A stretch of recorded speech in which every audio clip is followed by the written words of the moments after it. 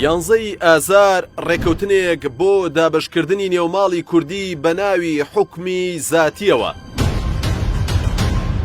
سببی تەوقیعی کە ئێمە کردمان لە ئیتیفاقی ئازار ئەوە بوو ڕەحممان کرد بە شەعبی عێراقی. دوای ساڵانێک لە شەڕ و ململانەی نێوان شۆڕشی کوردی و حکوومەتەکانی عێراق سەرنجام لە 11 ئازاری ساڵی 1970 ڕێکەوتنامەی حکمی زاتی کوردی عێراق واژۆ کرا. ڕێکەوتنامەکە لە نێوان پارتی دیموکراتی کوردستان بە سەرۆکایەتی مستەفا بارزانی و حیزبی بەعز واژۆ کرا.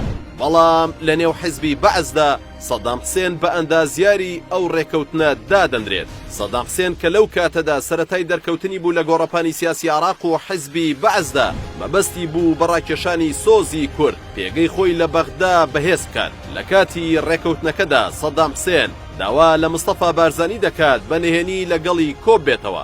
کۆبوونەوەکە ماوەی 3 کات ژمێری خایاندووە.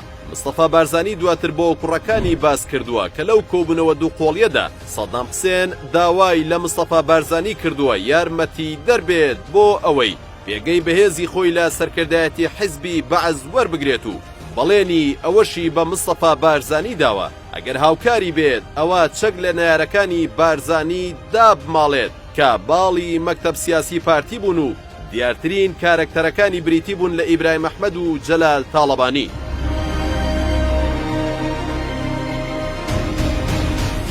ڕێکەوتنامەی 11 ئازار بریتی بوو لە پێشەکیەک و 22 بڕگا کە 15یان ئاشکرا و 7 بڕگەشیان نهێنی بوون و تەنها مستەفا بارزانی و سەدام حسێن ئاگاداری بوون.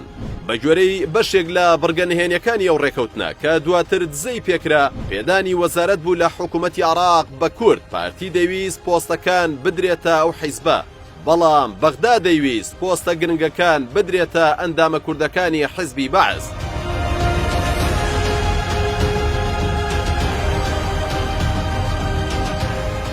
چی پەیوەست بوو بە بڕگە ئاشکراکانی ڕێکەوتنامە 11 ئازار لێبوردنی گشتی بۆ ئەو کەسانەی دەستگیر کرابوون دەرکرا. هەروەها ئیدارەی کوردی دەگەڕایەوە ژێر دەستی خۆی.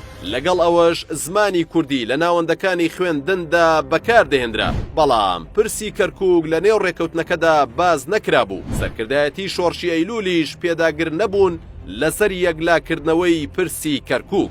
ڕێکەوتنامەی 11 ئازار بە یەکێک لە گرنگترین ڕووداوەکانی مێژووی کورد دادەنرێت چونکە بۆ یەکەم جار دەوڵەتی عێراق دانی بە مافەکانی گەلی کوردانە. بەڵام ئەو هەنگاوە دەرگای بە ڕووی دژایەتیەکی گەورەی ئیقلیمیدا کردەوە. هەریەک لە تورکیا و ئێران بەو پێی کورد بەشێکی گرنگی پێکاتەی وڵاتەکانیانە کەوتنە دژایەتی ڕێکەوتنەکە. ئەویش بەهۆی ترسیان لە بەهێزبوونی پێگەی کوردانی عێراق و کاریگەری دانان لەسەر کوردانی تورکیا و ئێران و سووریا. بەیاننامەکە بە 15 خاڵ باز لە مافەکانی گەلی کوورد دەکات. حیزبی بەعز لەم ڕێکەوتنامەیەدا لۆمەی ڕژێمەکانی پێشخۆی دەکرد کە بەرامبەر چارەسەرکردنی کێشەی کورد بێتوانە بوون و چارەسەری بەجێیان بۆ داوە ڕاستەقینەکانی کورد پێ نەبووە. ڕێکەوتنامەی 11 ئازار هێندەی دیکە ناکۆکیەکانی نێوان هەردوو ئاراستەکەی پارتی کە بە جەلالی و مەلایی ناسرابوو تۆخ کردەوە. هەرچەندە بەرپرسانی پارتی دەڵێن ڕێکەوتنەکە هیچ خاڵێکی نهێنی تیادا نەبووە، بەڵام بەشێکی دیکەیان دەڵێن چەکدانانی هێزی پێشمەرگە خاڵێکی نهێنی ڕێکەوتنەکە بووە. مەبەستی مستەفا بارزانی لەو کاتەدا چەکدانانی باڵی مەکتەبی سیاسی بووە کە ئەو دەم لە گەرمەی ململانێ و ناکۆکیەکی توندا بوون.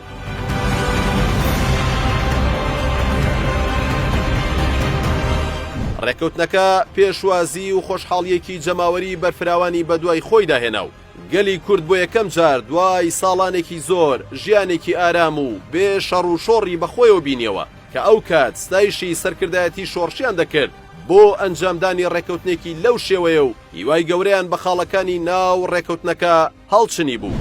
بۆ نزیکەی 5 ساڵ ڕێکەوتنامەی ئازار دۆخێکی سەقامگیری سیاسی و ئەمنی لە عێراقدا هێنایە ئاراوە. پێشمەرگەکانی شۆڕش بە خێزانەکانیان شاد بوونەوە، بەڵام وەک چاودێران باسی دەکەن بەهۆی ئەوەی محەممەد ڕەزا پەهلەوی شای ئێران مەبەستی بووە کورد وە کارتێکی سیاسی بۆ چارەسەرکردنی کێشە سنووری و ئابوووریەکانی ئێران لەگەڵ عێراق بەکار بێنێت.